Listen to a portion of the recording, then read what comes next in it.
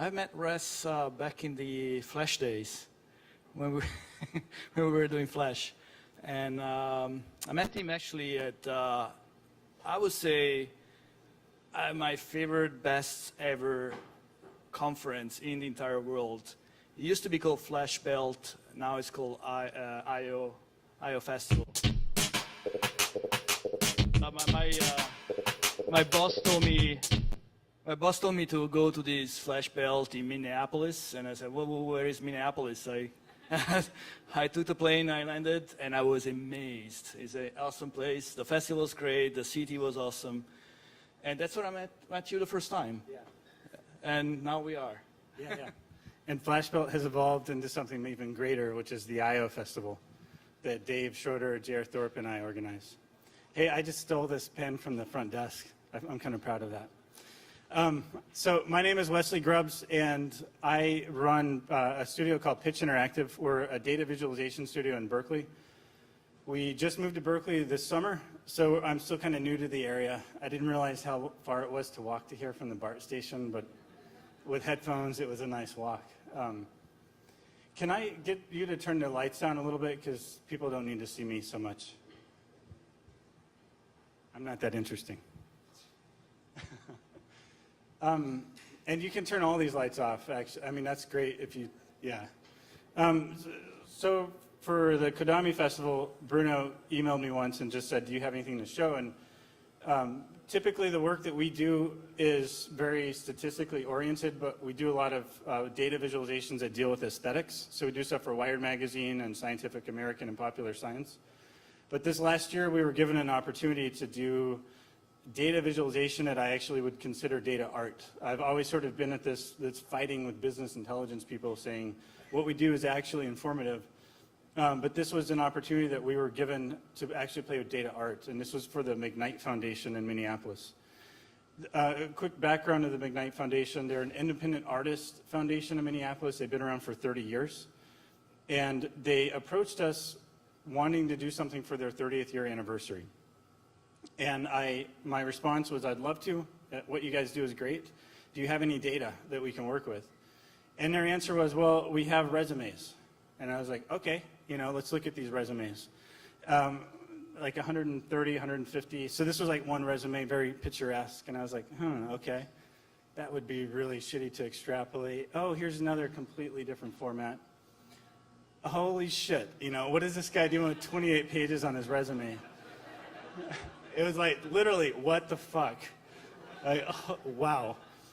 So I went back to the McKnight Foundation and I said, listen, we would love to do this, but I can guarantee you about 20 to 25% of this project is just going to be us looking at this data and trying to figure out what to do with it. In a nutshell, what we have to do is take the resumes and we have to put them into a database.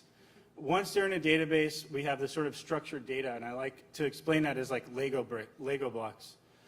Once we have that structured data, we can do the visualizations. At this point, I have no idea what kind of visualizations we can do. We're not an advertising agency, so we can't just bust out like 20 logos. We actually need to look at the data.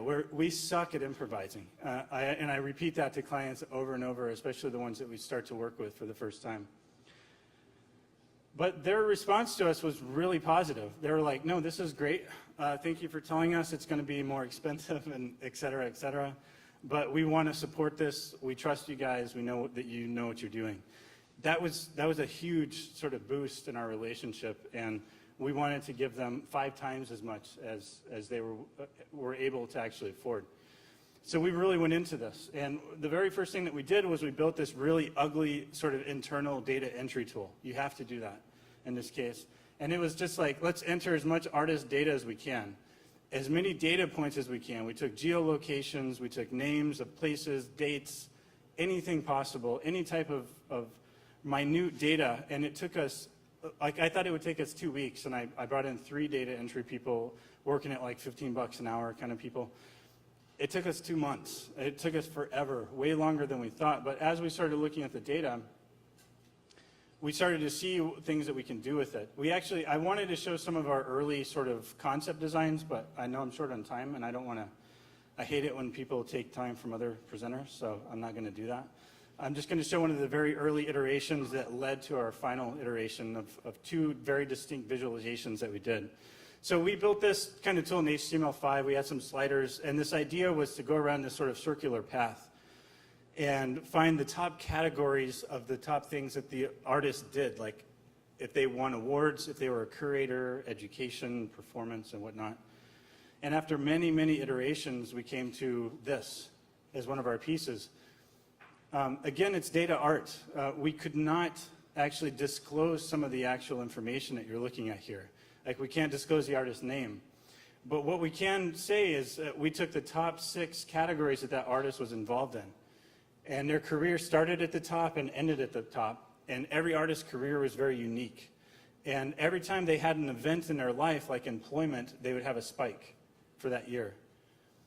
And as their career would go through their professional lives, they would get these spikes for different events. So what I can tell from this artist as a creator is, well, they had a pretty steady employment until the last quarter of their professional career. But they also had some exhibits here and there. That's the yellow. The colors were very consistent. An annotated version of this would look something like this. You know, in 1989, they taught. They had 2 performances. I think I have another now. But essentially going through their lives, what we did was we normalized the data points where this right here is 3 events that happened this year. They had 3 awards. And another artist might have gotten 20 awards that year, but they were all normalized along this particular path. What was great about it, though, is we built these rules for these artists. All we did was we built the rules. Once we had the visualization set, the artists defined their own sort of path. So this was one artist. This is another very busy, industrious artist that did a lot of different things. And what's cool about it is that some of these artists' careers looked awesome, like by themselves, but they also looked really nice as individual pieces in sort of a small multiples aspect, this sort of matrix. And you can see they're all very different. They're all very unique. And one of the cooler things about this was the McKnight Foundation took 6 key artists, and right now, currently in Minneapolis, they have them printed out on these huge canvas pieces at the McKnight Foundation, and they gave the artists these big markers to go around and actually annotate, physically annotate their piece. I've never done a visualization where that's happened. You suddenly have this human aspect. And it's crazy, like you zoom in and you're like, this guy wrote lots of gardening in the upper corner. It's like, that's a data that we could never have captured. Now we have a human aspect driven from the human hand that annotated all of these points. And from the 6 pieces, one of the artists was actually a musician, and he wrote musical notes on his. Like, it was really exciting. So when we were capturing this information, like, these are sort of like the number of events, the frequencies per year, but we also captured geolocations of everything that an artist did. And 3JS had just come out at the time, which is like a 3D library JavaScripting tool, and we really wanted to sort of play with that. So we took all these points around the globe, and this was probably the most mundane task of data entry. Anytime an artist had an exhibit, an interview, a publication, a radio interview, anything, we would geolocate that. And that doesn't mean that that's where the artist traveled, but that what that is a representation of is the scope of their actual work. And so, again, like the first one, individually they look great, and I'm actually going to show a piece here in just a minute, but as sort of the small multiples, they also look really interesting. They're all very unique. No artist has the same sort of global path, is what I would call these. None of them have the same star. They're all very different. They're all very unique. This sort of human aspect in this data that we were visualizing. And to sort of close, what I wanted to do to really appreciate this last piece, this sort of global piece, and this is one of the pieces that we showed at CODAME more than the stars, is to actually watch it being built out. So I'm going to play this piece, and hopefully the audio still works, and just sit back and enjoy.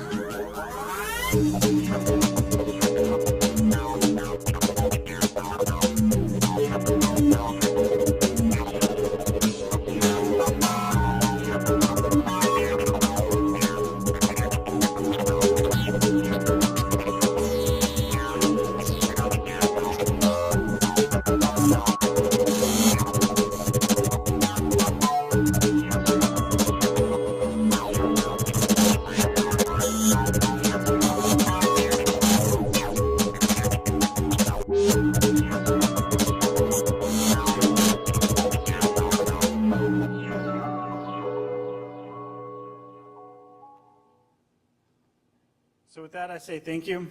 You can actually find out more about some of these visualizations are online at diagrams.stateoftheartist. That last piece, also you saw the globe disappear and the actual paths show. We have like a 3D mesh of those. And so potentially an idea with the McKnight Foundation is to 3D print that, make those like coffee coasters or something like that. I don't have any idea how the fuck that would work out, but I'm willing to try, you know, it's great. Thanks a lot again for you guys, and